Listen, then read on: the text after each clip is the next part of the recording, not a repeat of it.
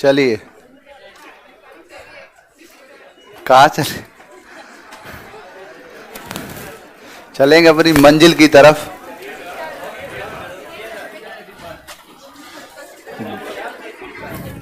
समझ में आ रहा है ना आप लोगों को? ऐसा तो है नहीं कि पढ़े जा रहे हो पीछे से निकलता जा रहा है, भूलते जा रहे हो। यस सर, भूल रहे हो? कोशिश करो कि ना भूल पाए चीजों को। देखो, रीजन क्या है ना कि जब आप चीजों को सीखने की तरफ देखते हो, उसे भूलने का जो चांस है ना बड़ा कम बनता है।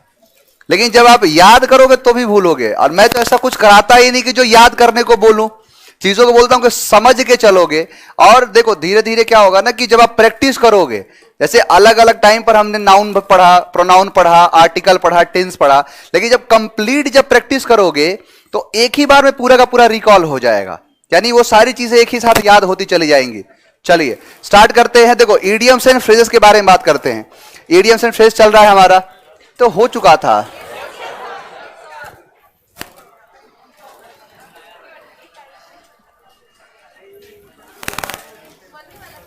तो कल वाला है।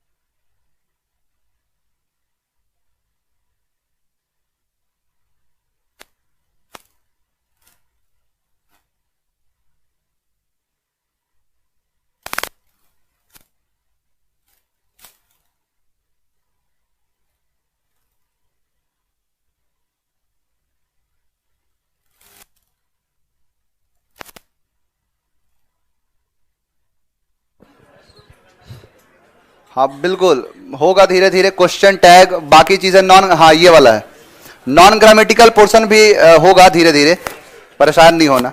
एक एक चीज को समझना है। देखो वो सारी चीजें तभी आएगी, जैसे मैं टेंस पढ़ाया तो टेंस में मैंने आपको बताया था कि is plus not is isn't, do plus not don't. अब इसी से बनता है क्वेश्चन टैग। जैसे एम प्लस नॉट कर देगा तो एमेंट कर देगा, एमेंट नहीं, या तो अरेंट या फिर एंड, ये दो बनता है।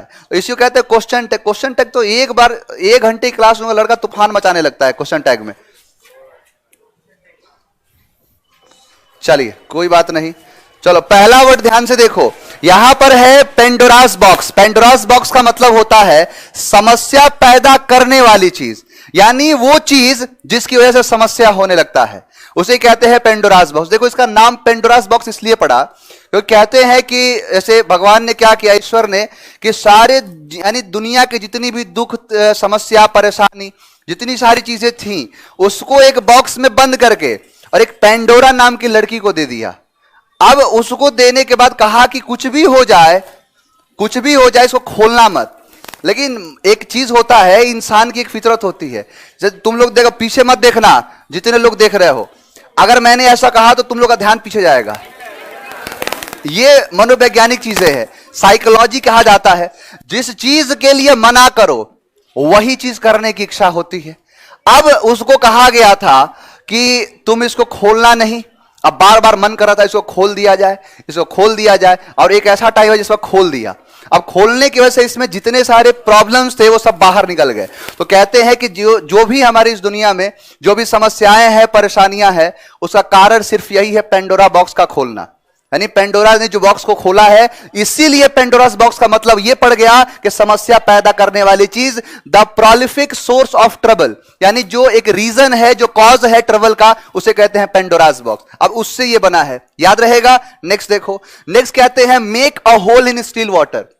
Make a hole in still water का मतलब होता है समस्या को बुलाना, यानी इनवाइट करना परेशानी को, ट्रबल को इनवाइट करने को कहते हैं make a hole in still water. देखो मेक का मतलब होता है बनाना, होल का मतलब होता है सुराग या छेद, और स्टील का मतलब होता है जो स्थिर हो, पानी। अब जैसे स्थिर पानी है, अब जैसे अभी क्या हो रहा है ना कि दुनिया में टेक्नोलॉजी इतना तेजी से बढ़ रहा है कि अंडरग्राउंड यानी कि जो पानी के अंदर अंडर वाटर बहुत सारे रेस्टोरेंट्स होटल्स बनाए जा रहे हैं। अब कोई चला गया, सोचा कि एक काम करते, देखते इसमें छेद करने पर क्या होता है। अब वो कुछ लिया, खाओ रहा था, वहीं पर चम्मच चुम्मच होता है, कांटा उंटा लगा है, छेद कर दिया। अब धीरे छेद करके निकल गया खुद ही। अब क्या हुआ कि धीरे धीरे धीरे पानी पूरा फैल गया, जिसकी वजह से क्या होने लगी, समस्या। लेकिन समस्या को बुलाया कौन, तो वो जो छेद बना वही। तो यही कहते हैं make a hole in still water का मतलब होता है इनवाइट ट्रबल। अब यहां पर मेक का मतलब बनाना, होल का मतलब हो गया छेद, सुराग, स्टील वाटर। अब कहिए ना वाटर से होना है ना कुछ कंस्ट्रक्ट करने से है। अब यहां पर है, जैसे आपने देखा होगा कि स्थिर पानी है, अब उसमें कोई पत्थर मारो तो पूरा फैल जाता है। तो वो दिखाता है क्या कि कोई भी चीज का, यानी कोई भी चीज बढ़िया से चल रही है लेकिन उससे खुश ना होकर समस्या को बुला देना, make a hole in still water होता है। नेक्स्ट वर्ड है कैपिटल पनिशमेंट। कैपिटल पनिशमेंट का मतलब होता है मृत्यु दंड, यानी इसको डेथ पनिशमेंट। देखोगे ना न्यूज़पेपर में, तो जैसे किसी के नाम पर दे दिया गया कि उसको फांसी की सजा दे दी गई, तो कैपिटल पनिशमेंट दे दिया गया। इतिहास पढ़े हो, इतिहास में एक जगह लिखा है कैपिटल पनिशमेंट के बारे में। कब लिखा है, तो सबसे पहले भारत पर मुस्लिम आक्रमणकारी हुआ मोहम्मद बिन कासिम, 712 है ना, 712 में आया था, 714 में वापस चला गया। वापस गया क्यों, वापस जाने का रीजन क्या था उसका? कहते हैं कि दाहिर जो था, दाहिर की दो बेटियां थी, सूर्य देवी और निर्मला देवी। अब सूर्य देवी और निर्मला देवी को भेज दिया था उसके पास अलहजाज के बच्चों के साथ शादी करने के लिए। अब वही उसके खिलाफ भड़का दी, उसी ने चाल चल दिया और कहते हैं कि बुलाया गया, उसे वापस बुला दिया गया 714 में और उसे कैपिटल पनिशमेंट दे दिया गया। इतिहास की किताबें खोलोगे तो लिखा रहा है कैपिटल पनिशमेंट के बारे में। यानी कैपिटल पनिशमेंट का मतलब है सर धड़ से अलग कर देना, उसे कहते हैं कैपिटल पनिशमेंट। अब कैपिटल का मतलब होता है राजधानी और पनिशमेंट का मतलब होता है सजा। आपने देखा होगा कि जितनी भी मतलब ब्रूटल यानी ब्रूटल किलिंग होता है, ब्रूटल मर्डर होता है, वो सब कहां होता है, जितने कैपिटल होते हैं वहां पे। अभी हाल फिलहाल की तो घटना है दिल्ली की, दिल्ली में हुआ ना श्रद्धा का केस और पता नहीं क्या था, आफताब और श्रद्धा का केस। अब वो कहां हुआ था, तो दिल्ली में। यानी जितने भी कैपिटल होते हैं वहां की पनिशमेंट जो मिलती है वो क्या होती है, मृत्यु दंड, यानी डेथ पनिशमेंट। तो कैपिटल पनिशमेंट दिखेगा तो याद आएगा डेथ पनिशमेंट से। नेक्स्ट वर्ड है आपका कूल एज अ कुकुम्बर। ध्यान देना, एज होता है, as cool as a cucumber, यानी कि एकदम पूरा शांति है, एकदम पूरा का पूरा मतलब ये है कि उसको कोई प्रॉब्लम, देखो इंसान को भी ऐसा ही होना चाहिए। बड़ा ही प्यारा शब्द है, मैं बड़ा प्रभावित हुआ था इससे।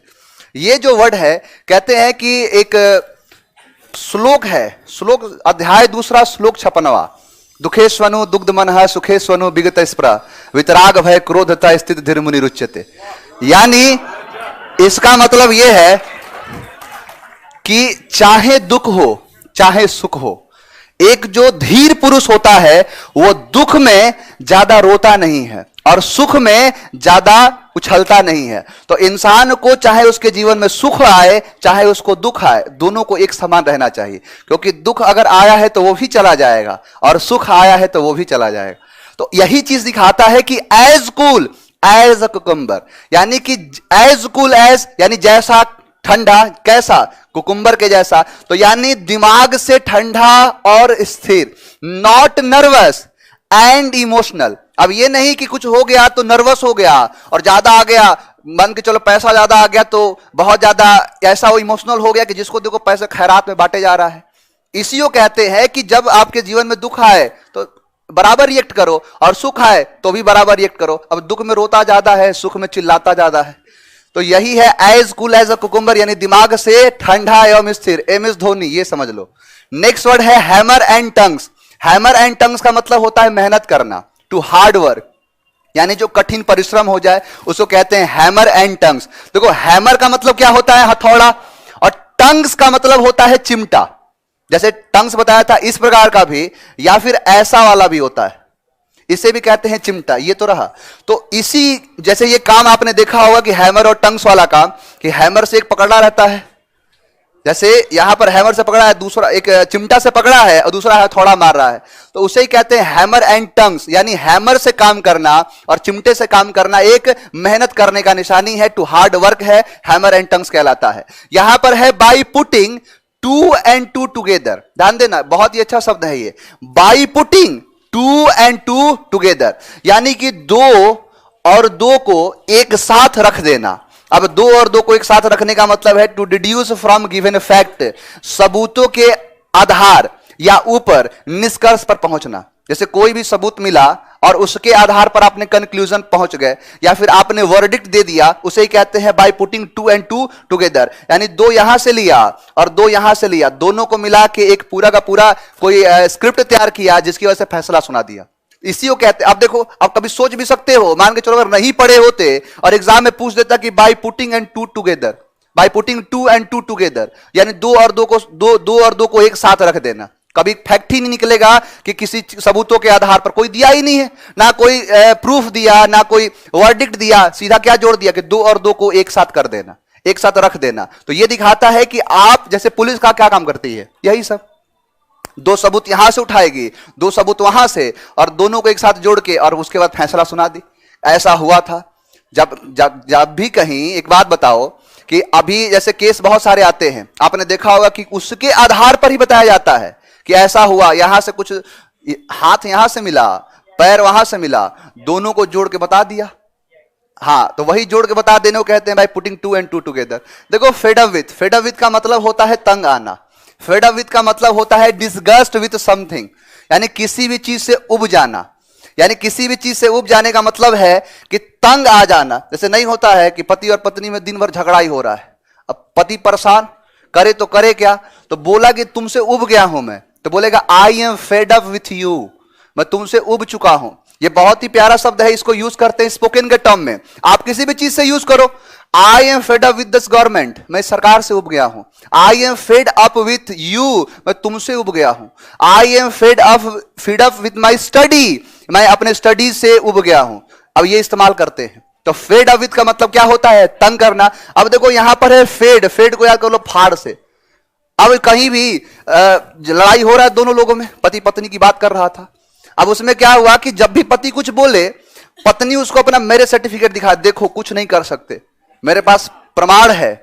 अब पति का एक दिन पारा हाई, बोला दिखाना जरा कैसा मैरिज सर्टिफिकेट है, और लिया उसको फाड़ दिया, बोला कि तुमसे ज्यादा तो मैं इससे तंग हो चुका था कि मेरी गलती का सबूत दिखा रहे हो कि कितनी बड़ी गलती हो गई है मेरे से। तो फेड अप विथ का मतलब क्या होता है, तंग आना, किसी भी चीज से तंग आना। नेक्स्ट वर्ड है to rub shoulders. To rub shoulders का मतलब होता है नजदीक आना, यानी पास आना। अब देखो, शोल्डर्स किया है, शोल्डर से कभी होगा, देखो इसको बनाया कैसे गया है। रब का मतलब होता है रगड़ना, यानी रगड़ किसी चीज में, और शोल्डर्स का मतलब हो गया कंधा।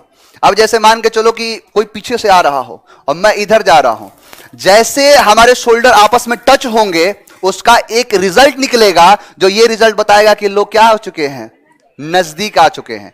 तो अब समझ पा रहे हो कि शोल्डर्स का टच होने का मतलब यह है कि कोई चीज नजदीक आ जाना, तो वही क्या होता है, to rub shoulders. Next word, तो टच हो सकता है, अगर टच करोगे तो अर्थ क्या निकलेगा, टच होना, तो टच होने का मतलब है करीब आना। कभी भी लिटरल मीनिंग तो होता ही नहीं इडियम्स का। नेक्स्ट देखो, root and branch. Root and branch का, अब रूट का मतलब होता है जड़, ब्रांच का मतलब होता है जो डाली, जो टहनी वगैरह है, यानी आपको रूट के बारे में पता है, इसकी डालियों के बारे में पता है, इसका मतलब कि इन्स एंड आउट्स, दैट मीन्स पूर्ण रूप से कंप्लीट इंफॉर्मेशन को कहा जाता है कि रूट्स एंड ब्रांच, यानी रूट भी और ब्रांच भी, वो सारी चीजें के बारे में पता है, उसे ही क्या कहते हैं, पूर्ण रूप से, complete, full detail, ins and outs, ये सारी चीजें हो जाएंगी, इसका मतलब कंप्लीट। नेक्स्ट वर्ड है last but not the least. एक बात काफी आपने सुना होगा, मैं भी यूज करता हूं।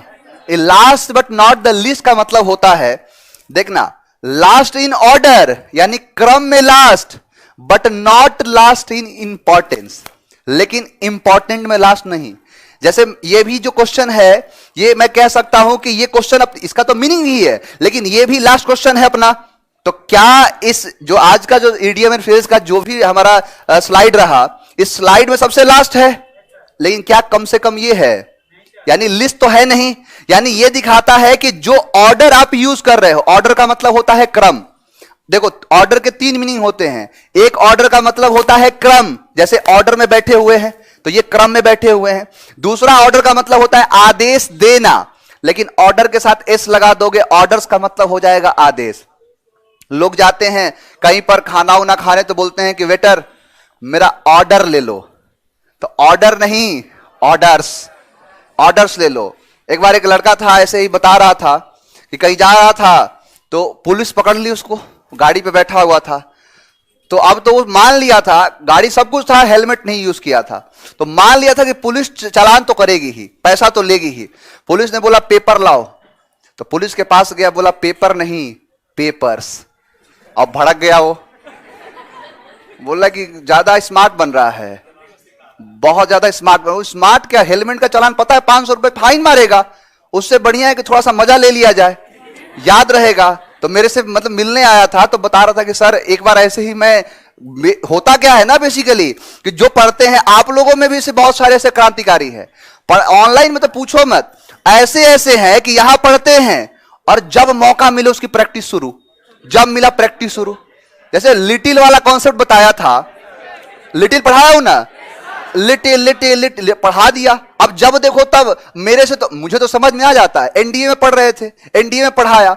अब एनडीए के बच्चे लगे, अब जैसे प्रशांत सर है, रवि सर है, पढ़ा रहे थे, तो क्या होता है ना कि कोई कॉन्सेप्ट मान के चलो बताया, मेहनत से बताया, अब सभी लोगों ने लिटिल डाउट, लिटिल डाउट, फिर से बता रहे हैं लिटिल डाउट, मतलब बताए जा रहे हैं। अब बोले ना कि मेरे बस की बात नहीं, अब तुमको नहीं समझ में आया, तुम नहीं समझ सकते हो। रवि सर थे, ये पढ़ता है एनडीए में था तो इसको पता है। अब मेरे पास जब बात आई और परेशान हो गए थे, तो मैं सोचा कि लगता है कि अब मुझे आया ना कि सर बोले नालायक हैं सब, नालायक पढ़ एनडीए की तैयारी कर रहे हैं, कितना भी नीचे से बताओ। अब बोल रहे हैं कि 2+2 बताओ 4, कोई डाउट है, बोला लिटिल डाउट। अब बोले इससे नीचे क्या जाए। अब मेरे पास बात आई तो मैंने, अब मेरा दिमाग काम किया, क्योंकि मुझे इतना तो पता है कि जो पढ़ाता हूं उसकी प्रैक्टिस चलती रहती है। अब मैं जब देखा तो बोला सर एक बात बताएं आपको, लिटिल डाउट का मतलब है नो डाउट। वो ये कह, वो मजे ले रहा है आपके, और मजा नहीं, मैं पढ़ाया उसको एडजेक्टिव, और एडजेक्टिव में little, the little, a little पढ़ाया, उसकी प्रैक्टिस कर रहा है। तब उन लोगों को समझ में, अच्छा ये मतलब है। ऐसे प्रैक्टिस करते रहते हैं। तो वही था, जाके पुलिस से बोल रहा है कि सर पेपर नहीं पेपर्स। तो ये है, ऐसे ऐसे मिल जाते। तो ऐसे ही ये शब्द है last but not the least, यानी कोई चीज क्रम में लास्ट है लेकिन इंपॉर्टेंस में लास्ट नहीं है, इसके बाद और आएगा। इसे ही कहते हैं क्रम में अंतिम लेकिन महत्व में अंतिम नहीं, last but not the least. आ जाओ, यहां पर है यानी पेंडोरास बॉक्स, समस्या पैदा करने वाले। Make a hole in still water, समस्या को बुलाना capital punishment. As cool as a cucumber, दिमाग से ठंडा स्थिर। Hammer and tongs, by putting and two together. Fade away, तंग आ जाना, परेशान आ जाना किसी चीज से। Root and branch, least but not the last but not the least, यानी क्रम में अंतिम लेकिन अब इतना आ गया महत्व में अंतिम नहीं। कोई भी चीज पूछो। 26 नंबर 36 का, ये एक्चुअली देखो इसका जो हिंदी होता ना ये यहां तक नहीं आ पाएगा। अब इसका छूट गया है, ये देखो है नहीं कुछ, जहां पे होता तो फिर दिख जाता, वो है ही नहीं। देखो इसको मान के चलो, इसको यहां रखोगे ना तो फिर वो ग्राफ वो फ्रेम से बाहर चला जाता है, और फ्रेम से बाहर जाएगा ना, जब इसको कन्वर्ट करोगे, एक्चुअली क्या होता है ना कि ये जो हमारे बनाने वाले जो है इसको बनाते हैं अलग तरीके से, फिर उसको इमेज फॉर्मेट में डाला जाता है। तो फिर अगर ये बाउंड्री है, देखो यहां तक ये बाउंड्री है, इसके बाहर आने का मतलब है कि फिर वो कट जाएगा। तो आधा अधूरा ना लिख के पूरा लिख दिया, समझ में तो आ गया। ये आएगा, अगर पूछा है तो एग्जाम में से पूछेगा नजदीक आना ना, टू रब शोल्डर्स, तो अब दिखाएगा किसी ऑप्शन के हिसाब से देखेंगे। और इसको मैं स्पेशली प्रैक्टिस जब कराऊंगा ना तो आपके चेहरे पे एक अलग सी मुस्कान होगी। चलो आगे बढ़ो। वन वर्ड्स में कोई दिक्कत तो नहीं हो रहा है, धीरे धीरे धीरे धीरे रफ्तार बढ़ानी है, सारी चीजों को समझना है। देखो आपको मैंने बोला है ना, बार बार चीजों को सीखने पर ज्यादा फोकस करो। वन वर्ड सब्स्टिट्यूशन क्वेश्चन कुछ दिखाता हूं। मैंने कहा कि a person who worship only one God, यानी जिसे कहते हैं कि एक ईश्वर बाध्य धर्म। एक ईश्वर बाध्य धर्म किसे कहा जाता है? कौन सा धर्म एक ईश्वर बाध्य धर्म होता है? ईसाई धर्म। एक बात बताओ, तुम लोग मेडिवल इंडिया पढ़े हो कि नहीं? नहीं पढ़े हो?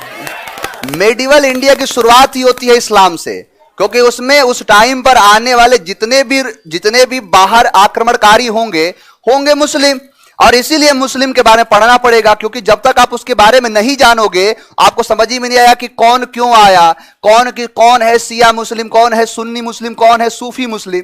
अब ये सारी चीज क्वेश्चन पूछता है यूपीएससी में एक टाइम ऐसा था कि जिस टाइम पर क्वेश्चन भरे रहते थे, अब तो टाइम चेंज हो गया, पिछले 7-8 साल में उसको बंद कर दिया। तुम लोग देखना, जब डिटेल से पढ़ाई करोगे ना तो बहुत सारी चीजों पे रिसर्च करना पड़ेगा। अब क्या है ना कि क्वेश्चन देखोगे तो आपको समझ में आएगा। जब हम लोग पढ़ाई करते थे तो हम लोग इन सारी चीजों पर यही रिसर्च करते थे, क्योंकि उस टाइम पर ये सब तो था ही नहीं, जो करना है खुद से करना है। तो निकालते थे, क्वेश्चन पूछे कहां से। देखो एक ना राज की बात बताता हूं आप लोगों को। क्वेश्चन जब पूछता है ना, जैसे अभी हमारे जो भारत में जो सरकार चल रहा है वो चल रहा है बीजेपी का। कांग्रेस टॉपिक है आपके हिस्ट्री में? नहीं है, लेकिन क्वेश्चन नहीं पूछेगा। पता है क्यों? क्योंकि अगर कांग्रेस से क्वेश्चन पूछने लगा तो बच्चा कांग्रेस को पढ़ना शुरू कर देगा, और जब पढ़ना शुरू करेगा तो कांग्रेस की अच्छी अच्छी नीतियों का सपोर्ट करने लगेगा, जो कि वर्तमान में रूलिंग पार्टी पर इसका असर पड़ेगा। इसीलिए सारे बोर्ड को इंस्ट्रक्शन यह मिला होता है कि आप उसके खिलाफ कुछ पूछो ही मत। मीडिया को तो इजाजत ही नहीं हो खिलाफ बोल दे। एग्जाम की बस की बात है, क्वेश्चन पूछ देगा। तो यह होता है टेक्निक। तो इसीलिए एक टाइम था जब पूछा नहीं करता था, जैसे पूछा करता था, अब बंद कर दिया। इतने क्वेश्चन भरे पड़े, आप निकाल के देख लेना, जो बात बोल रहा हूं ना रिसर्च करना, आपको पता चलेगा क्वेश्चन क्यों पूछा जाता है। इस्लाम धर्म कहा जाता है कि इसे ही एक्चुअली क्या है, इस्लाम एक रिलीजियस है जिसे अरबी भाषा में अल्लाह और पर्सी भाषा में खुदा कहा जाता है। और इसको मानने के 5 पिलर होते हैं। सबसे मोस्ट इंपॉर्टेंट पिलर होता है बिलीव इन कलमा, कलमा पर एतबार। अब कलमा क्या है? तो कलमा कुरान के 5 पवित्र शब्द हैं, जो कि पूरा के पूरा बता देते हैं इंट्रोडक्शन। ला इलाहा इल्लल्लाह मुहम्मदुर रसूलुल्लाह, अल्लाह एक है, इनके जैसा दूसरा कोई नहीं है। वही पूछा है the person who believe only one God, यानी एक ऐसा व्यक्ति जो मानता है कि एक ही ईश्वर है, इसके अलावा कुछ नहीं है। इसीलिए इसे एक ईश्वरवादी धर्म कहा जाता है। ये रही इसके बारे में इंफॉर्मेशन। आते हैं आंसर पर। एक बात बताओ, वन का मतलब क्या होता है? कहां लगा है? अब इसका मतलब ये नहीं कि चारों को छोड़ दोगे। सबसे बड़ी गलती होती है तुम आंसर क्लिक करके आगे बढ़ जाते हो। एक एक चीज के बारे में समझो। एक बात समझो, कभी भी किसी रिलीजियस के बारे में बात करी जाएगी तो थीस्ट एक शब्द आता है। थीस्ट का मतलब होता है आस्तिक। यानी क्वेश्चन पूछा the person who believe in God, यानी जो मतलब ईश्वर में एतबार करता है, विश्वास करता है, मानता है, उसे थीस्ट कहते हैं। तो थीस्ट हो गया। लेकिन जो उन्हें ना माने उसे अथीस्ट कहते हैं। यानी अथीस्ट मतलब हो नास्तिक, और ये है आस्तिक, जो आस्था में विश्वास करता है। जो आस्था में विश्वास ना करे उसे नास्तिक कहते हैं। अब देखो यहां भी थीस्ट है कि नहीं? यहां भी थीस्ट है। इसका मतलब है कि एक आस्था है, एक ईश्वर में आस्था है तो मोनोथीस्ट, एक से ज्यादा में है तो पॉली। क्योंकि पॉली जिसके साथ लग जाएगा उसका मतलब हो जाएगा क्या? बहुत ज्यादा। नंबर को नहीं दिखाएगा। जैसे बहुत सारा एथीन मिला दिया जाए तो पॉलीथीन। जैसे गैमोज एक रूट वर्ड है शादी के लिए। अगर एक शादी करो तो मोनोगेमी, 2 करो तो बाईगेमी, 3 करो तो इमरान खान जैसे ट्राईगेमी होता है। लेकिन जब नंबर ही ना दो, कहे तो बहुत सारी शादियां कर लो, तो पॉलीगेमी। अब यही से पूरा ग्राफ बनता है। तो पॉलीथीस्ट का मतलब क्या है? कि जो अनेकों ईश्वर को माने। लेकिन पूछा, अब ये देखो कि चारों से क्वेश्चन पूछेगा कि नहीं, तो चारों आ जाएगा। अब जो पूछे उसके हिसाब से आंसर चूज कर लेंगे। नेक्स्ट कहता है एनिमल लिविंग इन वाटर्स। अब जो पानी में रहते हैं उन जानवर को क्या कहा जाता है? ध्यान से देखो, यहां पर है एम्फीबियन, यानी एम्फीबियन का मतलब होता है कि जो पानी में भी रहते हैं और जमीन पे भी रहते हैं। मैमल्स हो गया स्तनधारी, यानी ये दो ऑप्शन कट गए। अब दो देखो, कहीं भी अगर वाटर के बारे में जिक्र होगा तो water is equal to aqua, इसीलिए आपने सुना होगा एक्वा गार्ड, पानी का रक्षक, जो पानी को मतलब बेहतर बनाता है, जो उसके कीटाणुओं को मारते से एक्वा गार्ड कहा जाता है। एक्वालीन, बहुत सारे सब, जहां पानी के प्रोडक्ट्स को देखना, जो बोतल बेचने वाले आते हैं उसमें एक्वा से नाम के बहुत सारे प्रोडक्ट बने पड़े हैं, क्योंकि एक्वा मतलब वाटर है। अब देखो एक्वा यहां है, एक्वा यहां है। IUM जिसके साथ लग जाता है उसका मतलब होता है कि इसके रहने की जगह, जैसे एक्वेरियम, एक्वेरियम का मतलब होता है कि एक ऐसी जगह, एक ऐसा एक क्लोज स्पेस जहां पर एक्वाटिक एनिमल रहते हैं, पानी के, जैसे फिश हो गए, और कौन रहता है, अब फिश हो गया, और ये क्या, कछुआ हो गया, या फिर कोई भी जो पानी के अंदर है।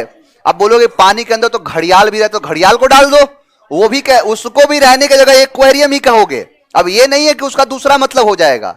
तो एक्वेरियम का मतलब होता है जहां एक्वाटिक एनिमल रहते हैं, तो ये नहीं है, क्या हो जाएगा, एक्वाटिक, यानी एनिमल्स लिव इन वाटर, जो पानी में रहते हैं। देखो दो शब्द होता है पानी का, एक हो गया एक्वा और एक होता है हाइड्रा, हाइड्रो, यानी हाइड, जैसे आपने सुना होगा पानी का फॉर्मूला क्या होता है, ये है हाइड्रोजन, तो हाइड्रोजन क्यों कहे, हाइड्रा से बना है, और ये है ऑक्सीजन।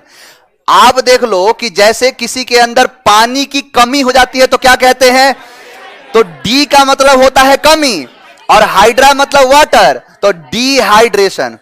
डॉक्टर आपको सलाह देता है कि हाइड्रेट रहो, यानी हाइड्रेट का मतलब है डिहाइड्रेट नहीं, हाइड्रेट यानी पानी पीते रहो, तो ये है हाइड्रा। जैसे किसी को पानी से डर लगता है तो हाइड्रोफोबिया, जिसको पानी से प्यार होता है हाइड्रोफीलिया, जिसको पानी का एक पागलपन है हाइड्रोमैनिया।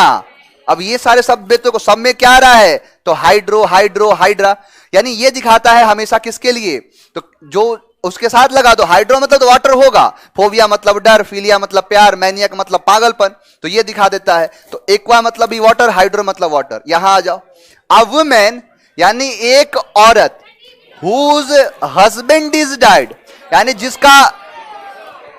जिसका पति मर चुका है, and who has not married again, यानी देखो दो चीज है यहां पर, दो क्वेश्चन पूछता है। एक है कि अ वुमेन यानी एक पत्नी, एक औरत जिसका पति मर गया है, और जिस औरत ने दोबारा शादी नहीं किया उसे विधवा कहते हैं, जिसे इंग्लिश में विडो कहा जाता है। लेकिन जरूरी तो है नहीं कि पति मरे, पति के अच्छे कर्म होंगे तो पत्नी भी जा सकती है। अब पत्नी चली गई और पति बच गया और पति ने दोबारा शादी नहीं किया, उसे विडोवर कहते हैं, विधुर कहा जाता है हिंदी में। तो दो क्वेश्चन आएंगे, अब वो में, अब ध्यान दे, अलर्ट रहना है। क्या देखो इसमें तो नहीं दिया है, विडो और विडोवर एक साथ नहीं दिया है, लेकिन जब दोनों एक साथ दिखता है तो लड़का कंफ्यूज हो जाता है। तो यहां पर पूछा है कि अ वुमेन जिसका, हुज हस्बैंड जिसका पति मर गया है, तो पति मर गया है तो फिर विडो होगी। लेकिन देखो अ मैन एक आदमी जिसकी पत्नी मर गई, अब यही क्वेश्चन पूछेगा, ऑप्शन दे दिया है विडो और विडोअर, दो दे दिया। अब इसमें लड़का गलती कर देता है। विडो का मतलब होता है, विडो मतलब होता है कि जो औरत है उसका पति मर गया, लेकिन ये पति है जिसकी पत्नी मर गई, तो यहां पर ये विडोअर हो जाएगा।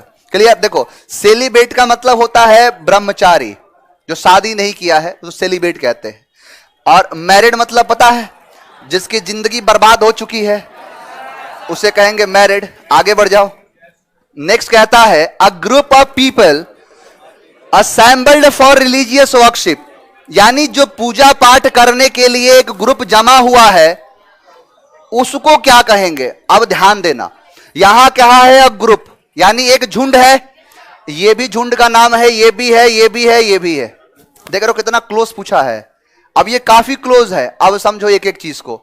देखो कलेक्शन का मतलब तो होता है जमावट, कुछ किसी भी चीज का कलेक्शन, जैसे collection of books, collection of कुछ भी कर सकते हो, फोन्स, कलेक्शन ऑफ कुछ भी कर दो, फैंस, कैमरा, माइक, पेन, हर चीज का एक ग्रुप दिखा देगा। ये तो नॉर्मल चीजों में आता है। देखो थ्रॉन्ग का मतलब होता है भीड़, और ये दिखाता है, जैसे ये खास कर कब आता है कि जैसे आपने देखा होगा कि रास्ते पर अचानक से कोई मतलब अचानक से भीड़ लगी मारने किसी को।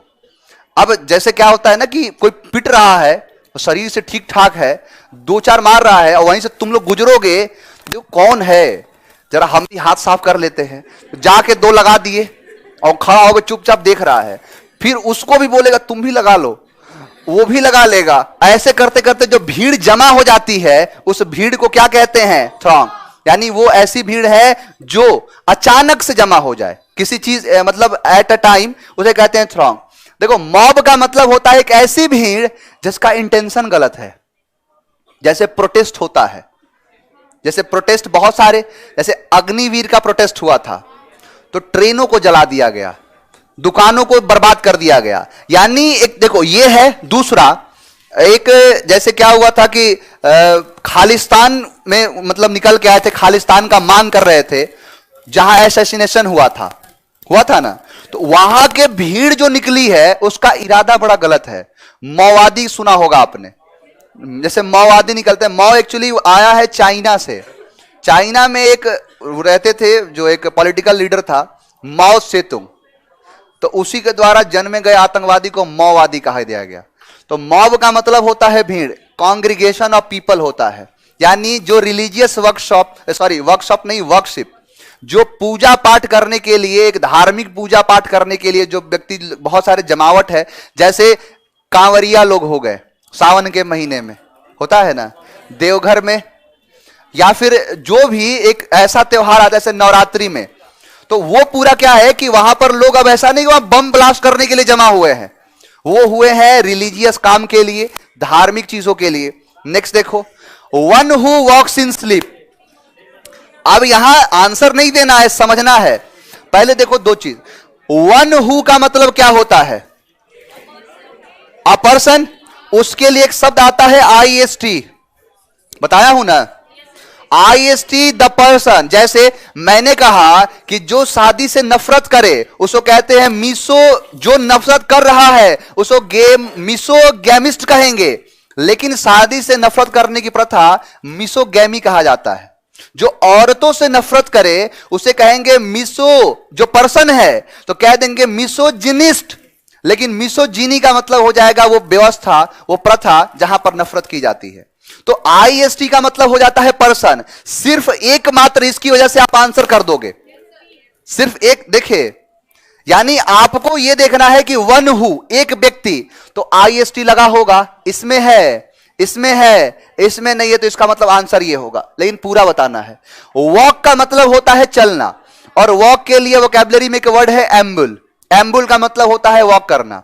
यह शब्द का डिराइव कहां से हुआ है कि जैसे प्राचीन काल में जो लड़ाइयां लड़ी जाती थी तो वहां पर जो घायल हो जाते थे सोल्जर, तो उन्हीं के लोग उनको स्ट्रेचर पर लिटा के, और वहां पर रास्ता तो कोई देगा नहीं, तो जैसे तैसे जहां से मिलता था वहां से निकालते थे।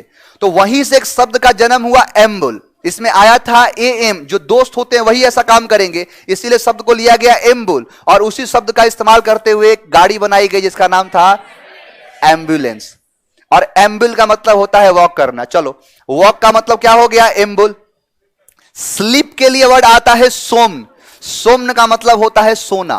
कभी भी अगर सोने के बारे में जिक्र कर दिया तो उसका मतलब क्या हो जाएगा? सोम्न से, यानी सोम्न का मतलब सोना, एम्बुल का मतलब वॉक करना, IST का मतलब पर्सन, यानी the person who walks in sleep, एक व्यक्ति जो वॉक करता है कहां? नींद में।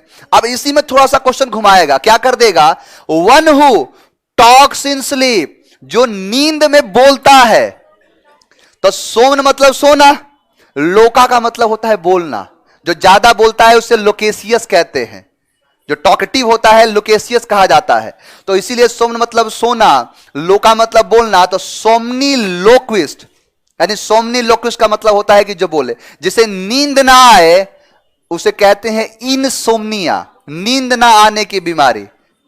सोमनीय का मतलब होता है नींद्रालु, जो हमेशा नींद, जब देखो तब नींद में ही है उसे कहते हैं क्या, निंद्रालु को, सोमनिक। आगे बढ़ते हैं, नेक्स्ट वर्ड है a talk between two person. दो के लिए क्या आता है रूट वर्ड? अगर यही कर देगा अ टॉक, अब यहां पर बिटवीन का मतलब दो होगा, बिटवीन को हटाया जाएगा।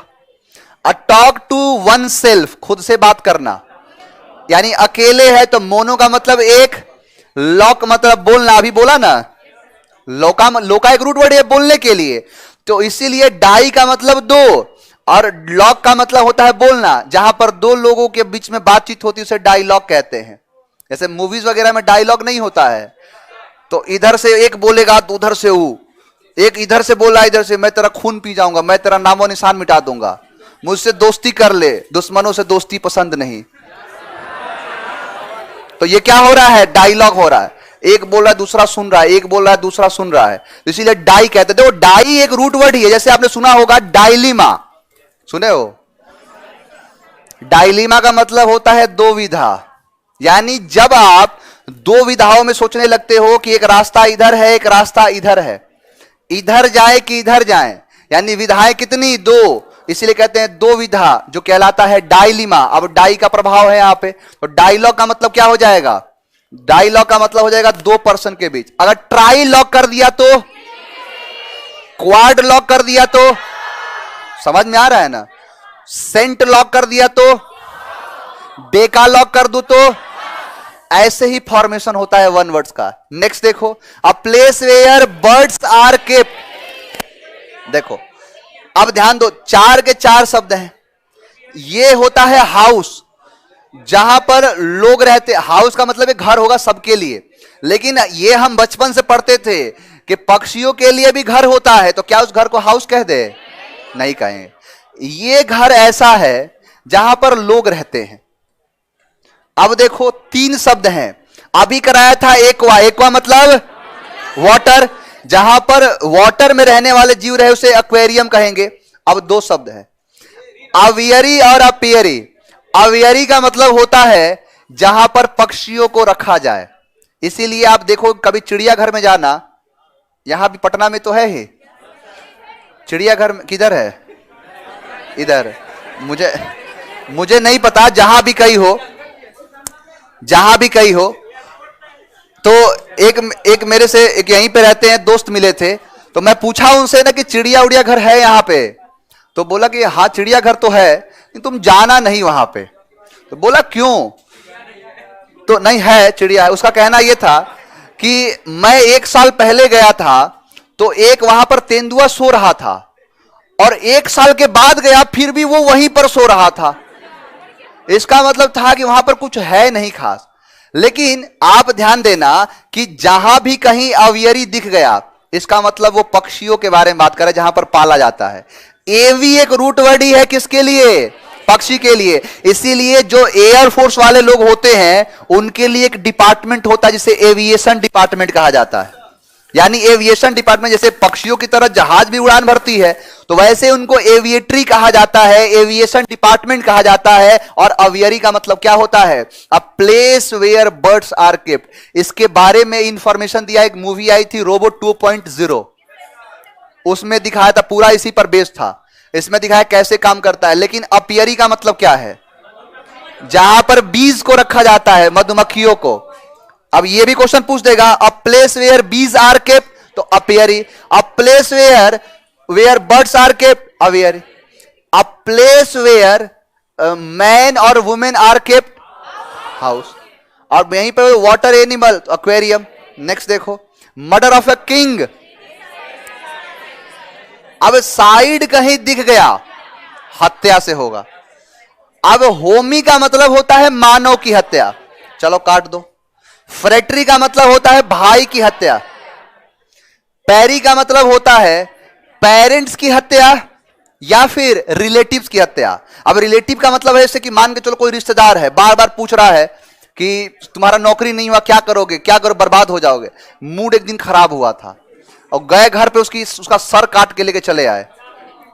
अब उसको क्या कहेंगे? पैरिसाइड। लेकिन राजा के लिए आता है शब्द रेजी। तो रेजिसाइड हो जाएगा। रेजिसाइड मतलब राजा की हत्या। Medicine given to counteract poison, यानी एक ऐसा मेडिसिन जो पॉइजन को ही मार दे। अब देखो कहीं भी काउंटरेक्ट की बात आएगी तो वहां पर एंटी हो जाएगा। जैसे आपने सुना होगा एंटी पार्टी, यानी एक ऐसी, देखो पार्टी का मतलब होता है दल, यानी एक ऐसी पार्टी जो उसके एंटी हो, होता है ना। अब जैसे आपने देखा होगा कि एंटीबायोटिक होता है। अब देखो एक एक चीज को बताता हूं। पहला ही शब्द है एंटीबायोटिक, पहले समझो। एंटी का मतलब होता है खिलाफ और बायो का मतलब होता है जीव। यानी जब देखो ये तब समझ में आएगा जब ये समझ लोगे, ये भी है खिलाफ और ये है सेप्टिक। एंटीसेप्टिक का मतलब होता है कि आपके अंदर कोई बैक्टीरिया फैले ही ना। जैसे कहीं पर कट गया, मान के चलो कहीं पर चोट लग गई, कट गया, आप क्या करते हो? डेटॉल लगाते हो, लगाते हो ना। इसलिए लगाते हो क्योंकि वहां पर जो जो एरिया है उस एरिया में बैक्टीरिया फैले ना, क्योंकि बैक्टीरिया जब फैलेगा तो उसका एक घर बन जाएगा जिसे घाव बन जाता है। तो उससे बचाने के लिए आप लगाते हो एंटीसेप्टिक, जो उसे बचा देगा। लेकिन आपने लगाया नहीं, उसके अंदर बैक्टीरिया चला गया, तो बैक्टीरिया के लिए शब्द आता है बायो। यानी जो बैक्टीरिया अगर अंदर चला गया है तो फिर बायो आएगा। अब वहां पर एंटीसेप्टिक काम नहीं करेगा, अब वहां पर काम करेगा एंटीबायोटिक। तो एंटीसेप्टिक और एंटीबायोटिक समझ में आया। अब देखो एंटीडोट है और एंटी फंगल है। फंगल का मतलब होता है फंगस का लग जाना, तो यह दिखाता है कि जो फंगस के खिलाफ हो जाए उसे एंटी फंगल कहते हैं। एंटीडोट का मतलब होता है कि जो पॉइजन को मार दे, यानी जो कोई किसी को, जैसे सांप काटा तो सांप के अंदर पॉइजन है, तो अब वहां पर ना एंटीसेप्टिक काम आएगा ना एंटीबायोटिक काम आएगा, क्योंकि वहां पर जहर फैल चुका है और उस जहर को मारने के लिए एंटीडोट होता है। एंटीडोट का इस्तेमाल करेंगे। आगे बढ़े, नेक्स्ट देखो, किलिंग ऑफ वंस हस्बैंड, यानी अपने पति को मार देने को क्या कहते हैं? चार शब्द है। साइड होगा, साइड मतलब किलिंग से। अब देखो जेनोसाइड का मतलब होता है जन को मार देना, यानी जन की हत्या। जन की हत्या मतलब स्पेशली उसके लिए आता है कि जब आप एक स्पेशल किसी कास्ट को, किसी क्रीड को, किसी रेस को, आर्टिकल 50 नहीं है, there is not any kind of discrimination on the basis of religious, gender, birth place, race, colour, इन सबके बेसिस पे कोई आप मतभेद नहीं करोगे, लेकिन उसी को मोहरा बना के मार दिया जाए, उसे कहते हैं जेनोसाइड। फ्रैट्री मतलब होता है भाई, भाई की हत्या। अब दो शब्द है, एक है मैट्री और एक है मेरिटी। तो मारती थी, याद है ना, मारते मारते हत्या कर दी, ये होता है देखो मैट्रीसाइड, ये होता है माता। मैट्री एक रूट वर्ड है माता के लिए, जैसे मैटरनिटी हॉस्पिटल होता है ना। मैट्रीसाइड, मैट्रियार्की, मात्र जो समाज हो जाए, मैट्रियार्कल सोसाइटी से पैट्रियार्कल होता है। तो पैट्री मतलब पिता, आर्की मतलब शासन। अब देखो government by the people, of the people, for the people. अब ये कह रहा है लोगों का शासन, लोगों के द्वारा शासन, ये सारी चीजों के बारे में बात कर रहा है। तो ये दिखाता है by the people, of the, ऐसे तो पता ही आपको, संविधान में पढ़े हो, by the people, of the people, for the people. Democracy, autocracy का मतलब होता है अपने आप को ही सब कुछ मानना, यानी जो मैं चाहूंगा वो होगा। प्लूटोक्रेसी का मतलब होता है कि जहां लूटने का, यानी धन का शासन हो। जैसे अडानी और अंबानी अगर भारत के एक होम मिनिस्टर, एक प्राइम मिनिस्टर बना दिए जाए तो क्या गए, रिच लोगों का शासन चलने लगा।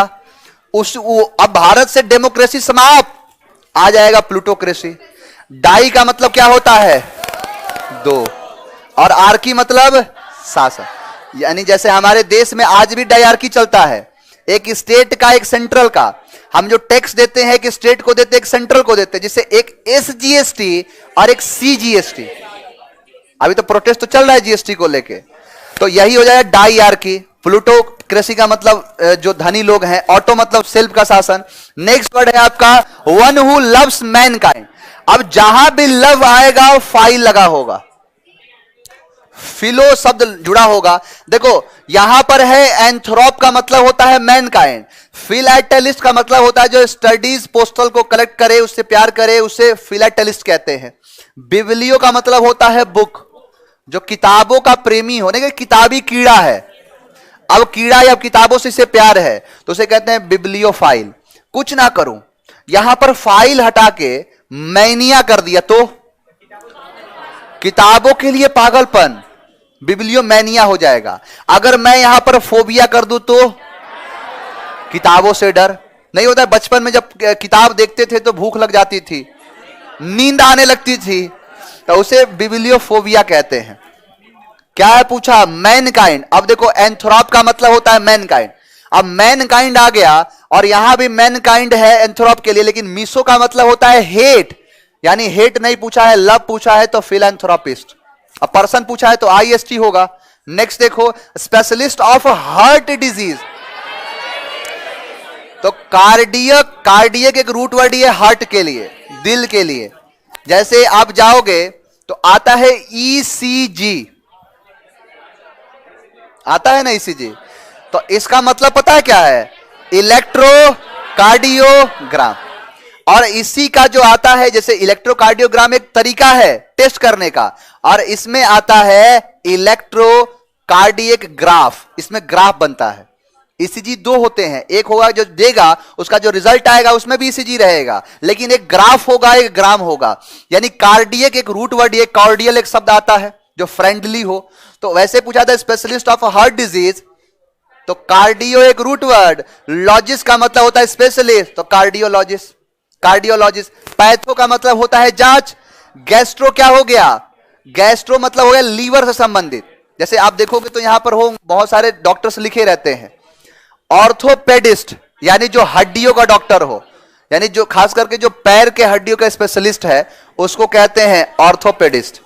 नेक्स्ट है the study of ancient event and societies, जो प्राचीन चीजों के बारे में सोचे, स्टडीज करे, उसको क्या कहते हैं? एटिमोलॉजी। एटिमोलॉजी का मतलब होता है किसी चीज के बारे में डिटेल स्टडी करना।